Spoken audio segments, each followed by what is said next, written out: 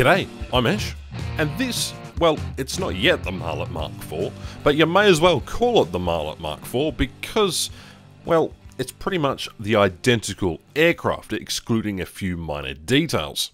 So, in my last video, Possible Aircraft Operation Summer, I estimated that there'd be a certain number of vehicles that they would add, and that one particular aircraft would have to be almost equivalent of the rarity that of the IS-7.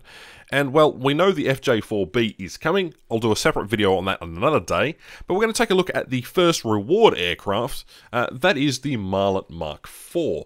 Basically, a Grumman F4F Wildcat, but handed over to the British. Now, if you want to get this vehicle for yourself, I suggest you go to the link in the description down below, which details it officially and how you get it by completing tasks. Now, ironically, this time around you don't have to use or craft any parts like you did with the IS-7, so I'm thankful for that.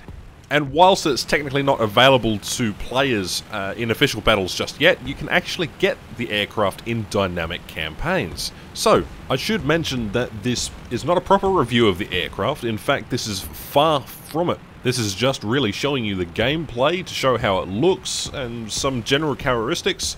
And I'd advise that you don't look too much at the flight model because chances are it's going to be a placeholder and might be updated before release.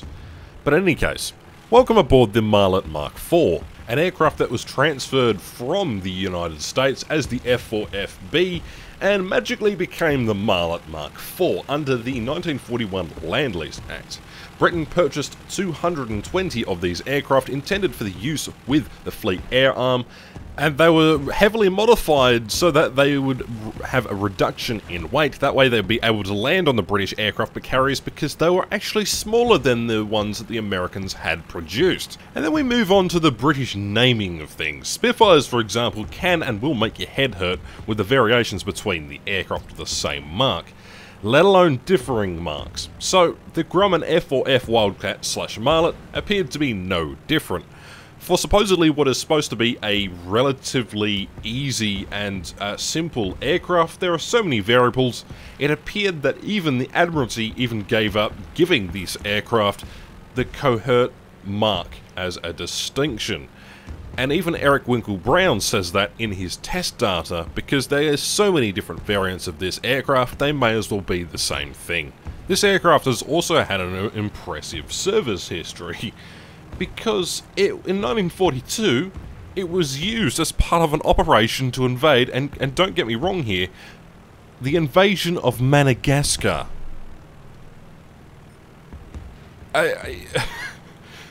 Rightio.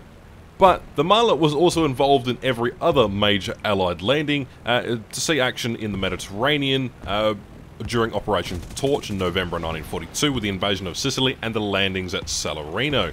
So, the aircraft has definitely seen a lot of service. In fact, we don't really know how it's going to perform in War Thunder because it's most likely going to be a rank 2. It's got the same ammunition count as its counterpart, the F4F-4, which is 6 12.7 Browning machine guns with 1,440 rounds, so a decent amount of ammunition, but with 6 guns, the ammunition is kind of limiting.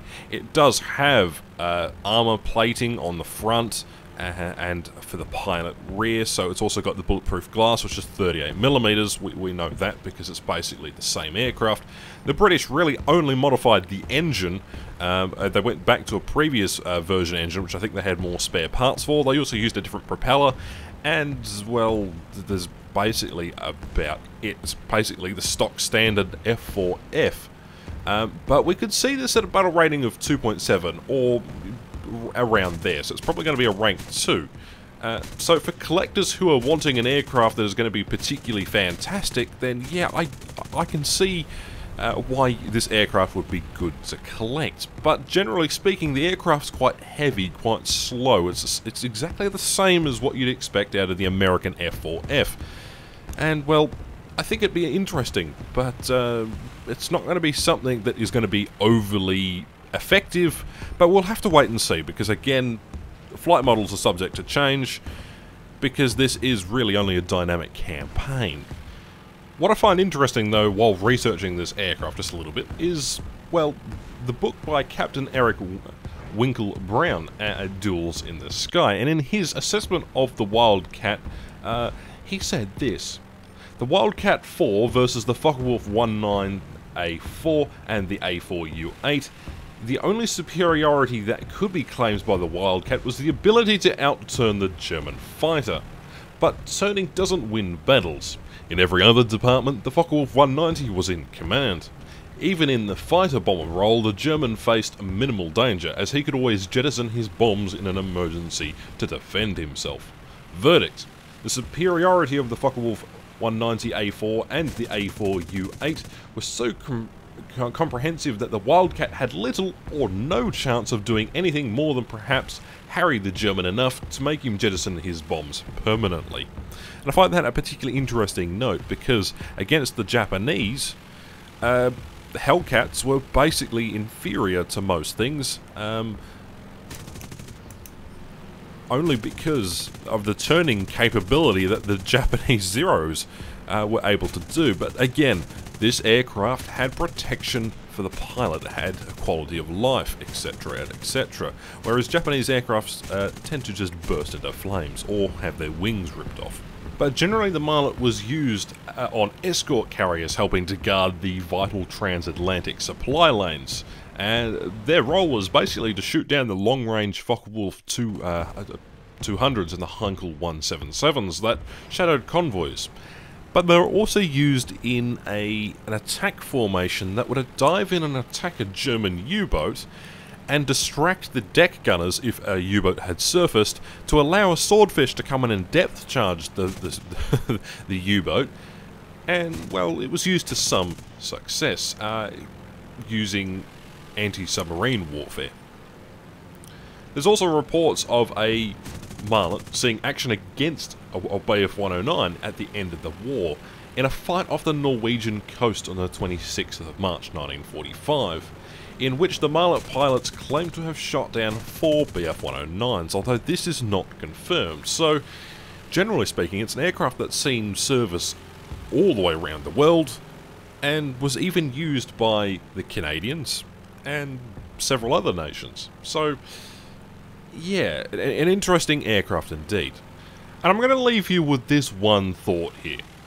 This is a memoir by Captain Eric Winkle Brown, again, from his book The Wings of the Navy.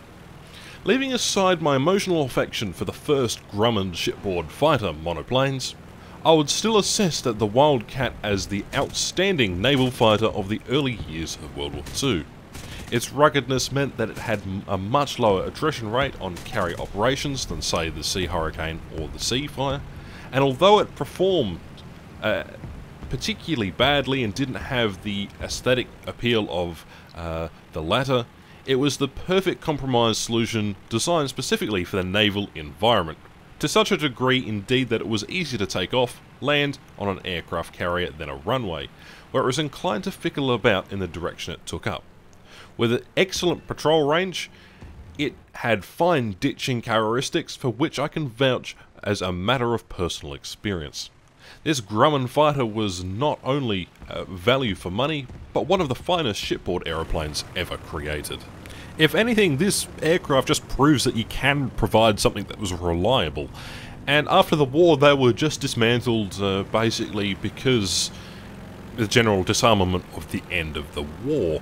Now, this doesn't mean that the aircraft was particularly valuable, but to nations that used aircraft like this, it was quite important. And I believe that having this aircraft in War Thunder is an important step in the right direction, even though it may be a copy-paste of certain flight characteristics.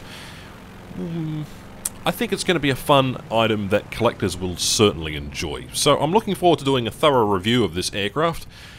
I've given you a bit of a history of this video.